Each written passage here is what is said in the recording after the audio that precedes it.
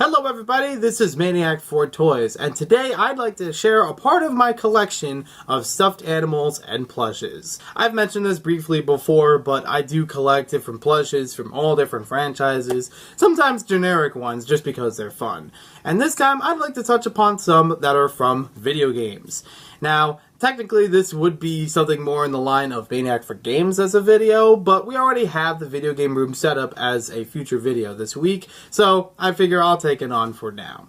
Also, for this list, I'm actually not going to mention Pokemon as far as plushes I own or want to get, because I feel like there's enough of them that actually trumps over any of the other video game characters I have here, or any of the other ones I want. So I think it's best reserved as its own video later on. But for the ones I have here, there's actually a few of them that are missing somewhere in my house. I'll talk about those a little bit later, and I'll talk about ones that are on my wanted list. So, to start off with the ones that I do have, I actually did quite some research for these. I did not realize that by trying to find the specific kinds of each of these, it requires like the year or the tags, the manufacturer, very specific stuff. So hours and hours of research hopefully will go to good use. We're going to start things off with Donkey Kong from the manufacturer BD&A. This is officially licensed Nintendo product. It has the tag still on there. The one thing that is missing from this is the keychain. Yes, at one time this was originally a keychain, and you can see a picture of it here. It basically has like that snap, springy type of key lock, so it's safe for kids and easy to add on to any keychain. At one time, when I was much younger, this is one of the oldest ones I have, by the way. At one time when I was younger, I asked for getting the keychain off of it so I could just have it as a plush. And also I did some laundry with it, so it's just cleaned. I couldn't help but include a little Luigi's Mansion. It just reminded me of that when, like, he was nice and cleaned up. And he looks great. Little scuffs here and there, but he still looks pretty good. He's kind of like the classic version of Donkey Kong with, like, his hunched, gorilla stance before he would walk more on two legs. It's kind of like around the 64 era. Nintendo 64, that is. The next one I have to share here, also speaking of Nintendo 64, is Metal Mario. This is actually from Jakks Pacific as the manufacturer, and in the World of Nintendo plush line. This is kind of the traditional, or not traditional, this is the current, you're going to see it everywhere. If it's a Nintendo plush, it's going to have that kind of tag on it. World of Nintendo. And made by Jakks Pacific. This one's actually pretty cool because I found it at Walmart, and I really didn't think much of it at first, but I thought, well, it does remind me of Super Mario 64, one of my favorite games of all time, and it looks really good. It's all one color, but it has enough stitching that you can actually see all the details very well. It's not just a block of reflective color. It's like you can actually see what the hairlines are, the mustache, the parts of the overalls. That's actually really good, how everything went together. With that being said, that does make him a little stiff. He can't really move as flexibly as Donkey Kong can. Like, the arms and things can move around pretty freely. And, different material that might be stuffed inside of him. Not every stuffed animal has the same material. So, when it comes to his arms and legs, they can move a bit, but they'll always reset back into some position. So his arm is always going to hang up like this, for example. Or his head is really going to be tilted that way, if he's not being pushed on. He's still really cool, and I'll have to find my other Mario one, which we'll talk about in a bit. Next one I want to mention is also from the World of Nintendo line, and found at the same time in Walmart from the Metal Mario one. I have actually, I really do like the aesthetic of Splatoon. I have played a handful of the game a couple times. I haven't gone through the campaigns that much, but I have played online for both the Wii U and the Switch version. So I can safely say I really like Splatoon as a game, even though I haven't played the campaign mode yet. But I really do like these squids. They're really cool, they're really well done for their colors, and the aesthetic of them, with the eyes and everything. I do like the little tentacles, how that's included on each of them, like keeping them real to what they are in the games. And they're super soft. The material on these are way better than the Metal Mario one, which kind of makes sense, because, Metal Mario is a little rough because he's metal. Well, kind of makes sense using a little harder material. But nothing dangerous. These are super soft. They feel so good. They are like on a scale of 1 to cushion, they are full-on pillows. That's my rating system, apparently.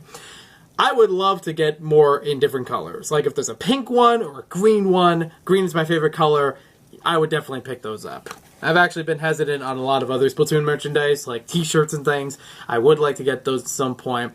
Maybe I'll get one of the Splatoon water guns. I don't know. It's a cool idea. And again, a really nice, newer Nintendo product, franchise, I should say. Now, we're going to bring it back a bit as far as franchises to something that's been around for quite some time. And this is shortly after, like a couple of years after the Donkey Kong and a few of the Mario ones we'll talk about in a bit. But I have here Sonic and Tails. This was actually the most research that I had to do when it came to stuffed plushes and talking about them for this video. There is a video channel that I've watched on YouTube for quite some time and been subscribed to called Pat Mac. Not Matt Pat. Pat Mac. I'm sorry, it is a little bit confusing for the name, but if you look up video game plushes and collections and things like that, you're going to find this guy's channel with great detail about all different kinds of plushes and all different manufacturers, years, and the rarity of them. Like if you were to find them online now, what kind of value they would hold. I did not realize that these were actually kind of valuable. Like I've seen some of these when trying to research for this video, $50 each. I mean, I don't know how much was actually spent at the arcades to get them back in the day, but it probably was quite a bit. So, the story with these, for a short story, maybe I'll expand upon it at a later time. The short story with these is Sonic was first. He was one at Seaside Heights in Jersey Shore. And sometime later, I wanted to get a Tails. I found him in Busch Gardens, Virginia, on a trip, and won him as well. Took several games getting the tickets together to actually, pick these up at the counter, but I love them. They are fantastic. I'm glad they're also in scale with each other, and they're also the same style.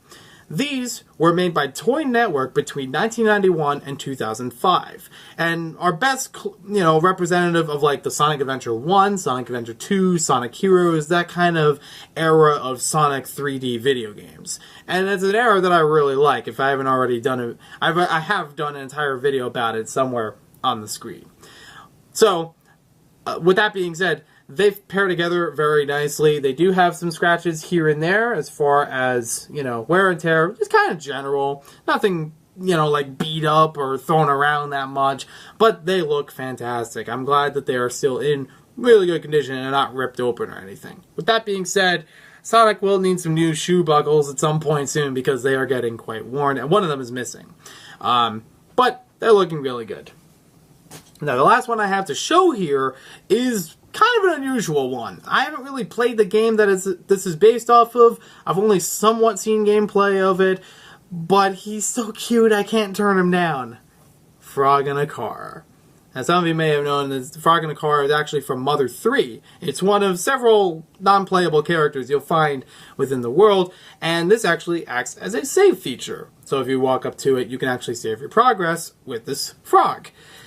He's so cute. I can't not appreciate him. And he's got really good quality as far as the plush itself. Really, soft and great shape all the way around it. I love the cartoony look of it and the derpy eyes on top.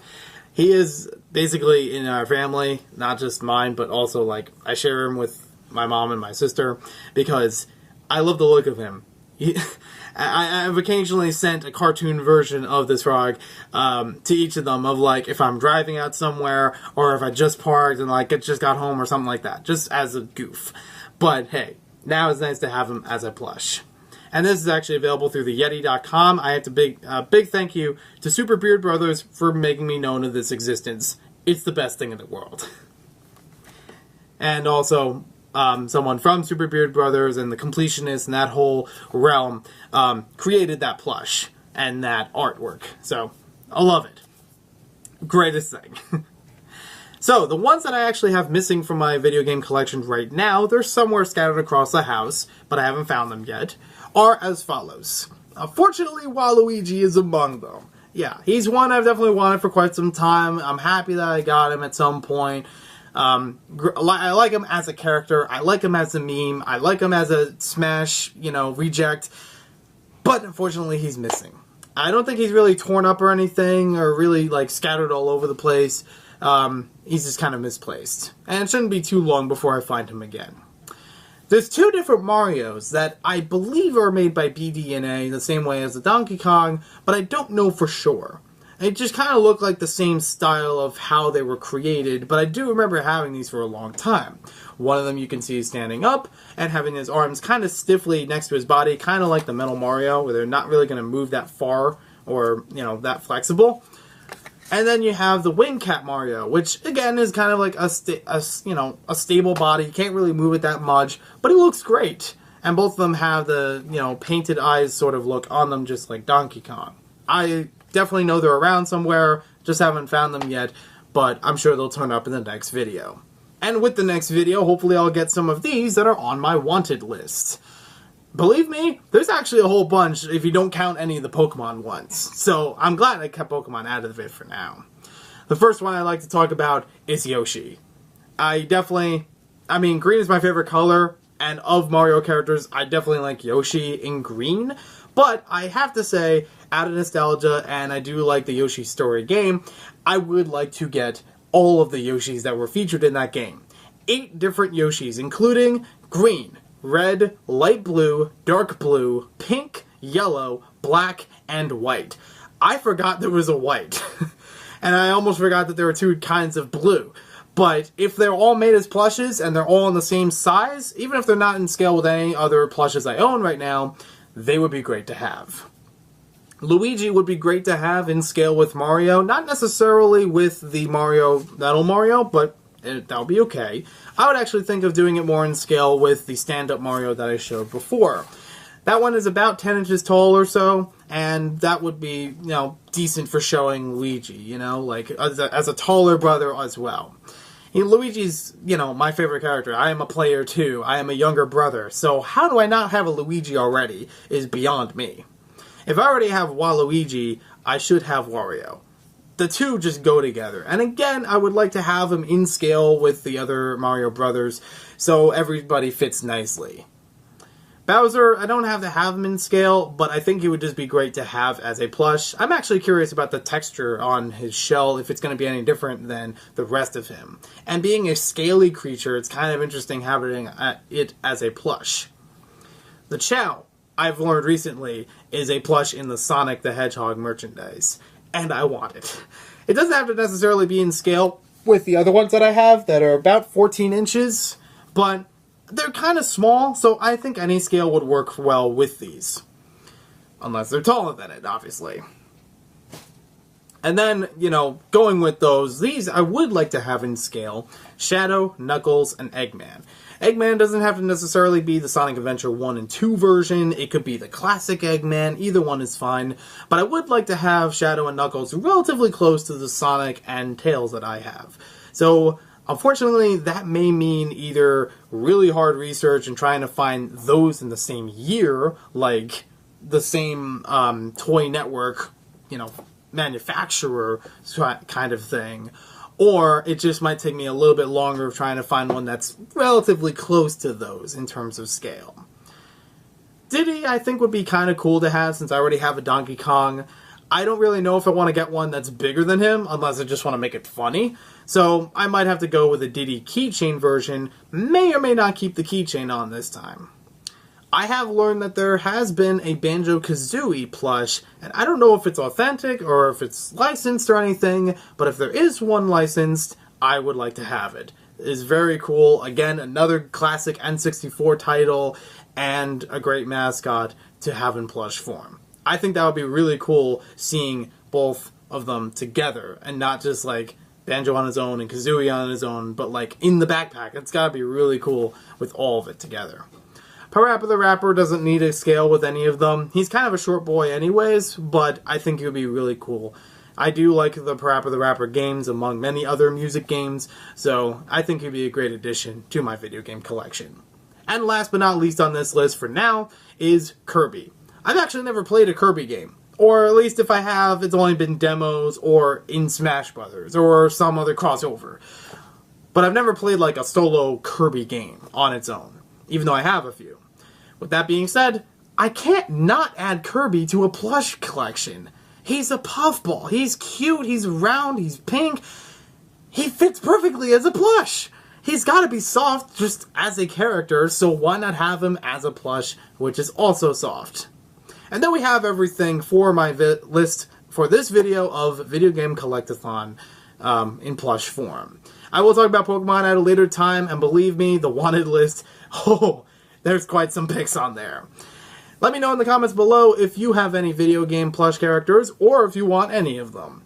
I'm going to leave some links down below for where you can find about the Frog in the Car, which is readily available through theyeti.com, and also for the Pat Mac video channel, where you can find out more about different kinds of video game merchandise in general. He does a lot of plush stuff, but he has also done other kinds of toys and merchandise based on video games, and very good research on them, may I add.